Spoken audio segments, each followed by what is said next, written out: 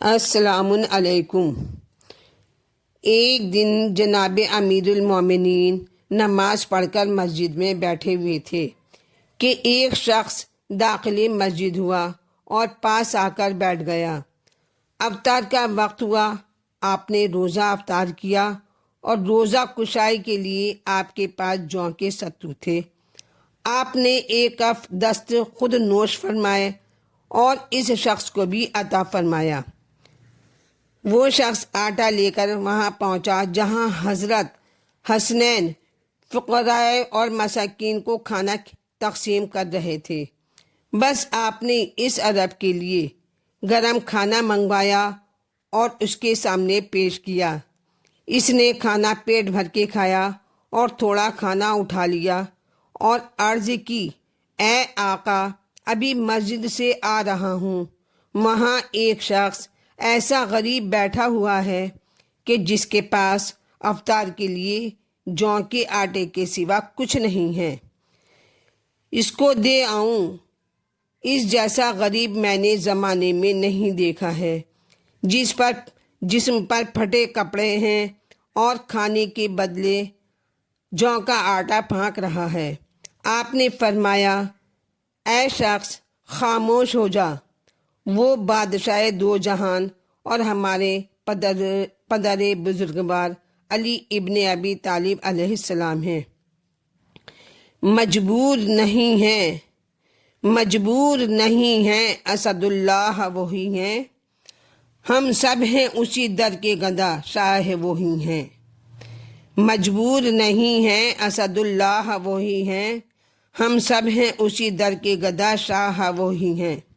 خوف الہی کا یہ عالم تھا کہ کبھی پیٹ بھر کر کھانا نہیں کھایا، کبھی اعلیٰ پوشاک نہیں پہنی۔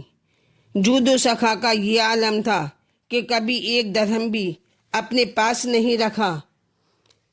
ایک مرتبہ ایک ساحل مسجد نبوی میں آیا اور 4000 درہم کا سوال کیا۔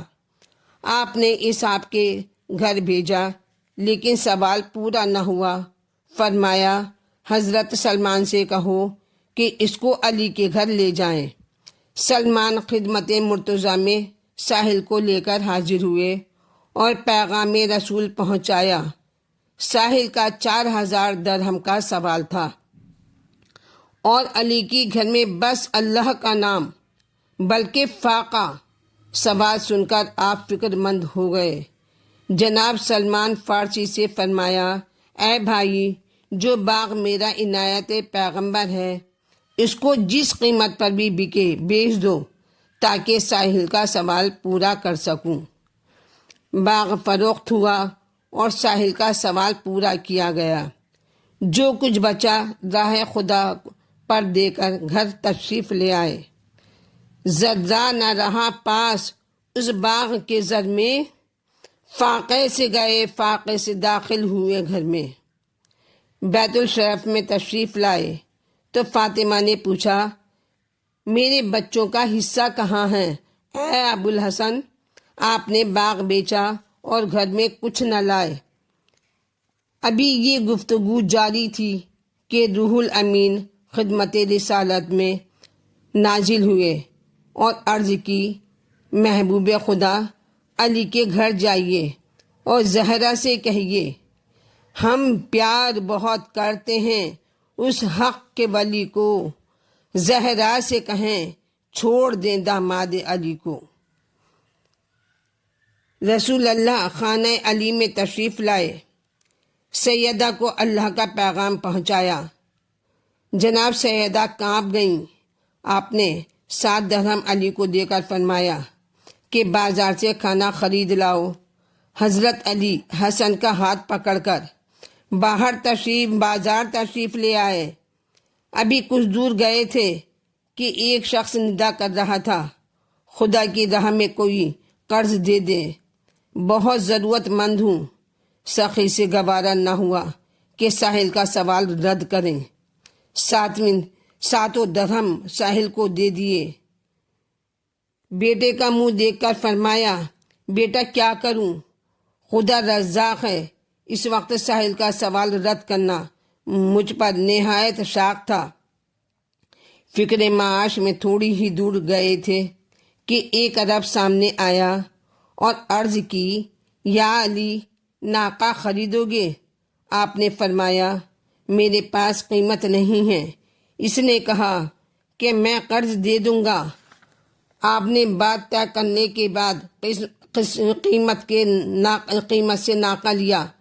ذرا سی دور نکلے تھے کہ ایک شخص خوش پوشاک، خوبرو نمودار ہوا اور آگے بڑھ کر بعد سلام کے عرض کیا، یا علی، ناقہ خرید لیا، اب ناقہ بیچو گے؟ فرمایا، ہاں۔ پر اس نے 170 درہم دے کر ناقہ خرید لیا۔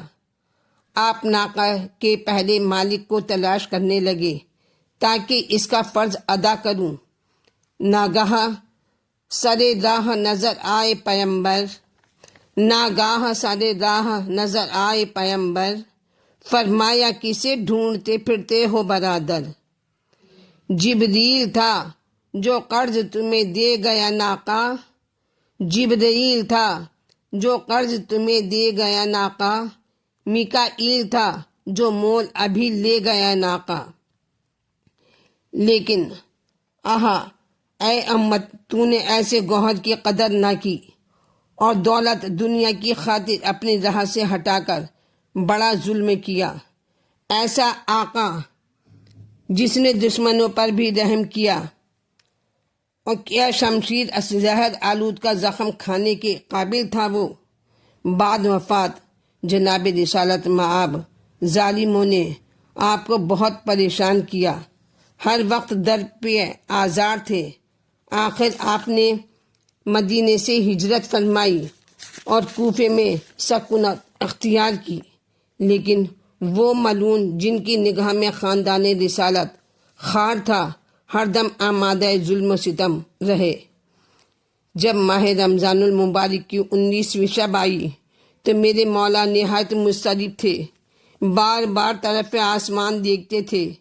جب ثلث شب باقی رہی تو آپ نے لباس تبدیل کیا اور وضو کیا اور پھر مسجد جانے کا قصد فرمایا۔ جناب ام کلثوم فرماتی ہیں کہ میں نے پوچھا، بابا جان اتنے پریشان کیوں ہیں؟ آپ نے فرمایا، اے بیٹی، میں نے خواب دیکھا ہے کہ گویا جبرائیل امین نازل ہوئے اور خانہ کعبہ کے حویلی میں جو پہاڑ ہے اس سے 2 پتھر اٹھائے اور خانہ کعبہ پر جا کر ان پتھروں کو ایک دوسرے پر گرا دیا۔ ان پتھروں کے ٹکڑے اڑ گئے۔ انہوں نے ان کو ہوا پر متفرق کیا اور مکے سے لے کر مدینہ تک کوئی مکان ایسا نہ تھا جہاں یہ سنگریزے نہ گرے ہوں۔ پس بیٹی، اگر یہ خواب صادق ہے تو بابا تمہارا شہید ہوگا اور خبر تمام عالم میں پھیل جائے گی۔ جو بھی میری ویڈیو دیکھ رہے ہیں وہ میرے چینل کو سبسکرائب کریں اور شیئر کریں اور لائک کریں۔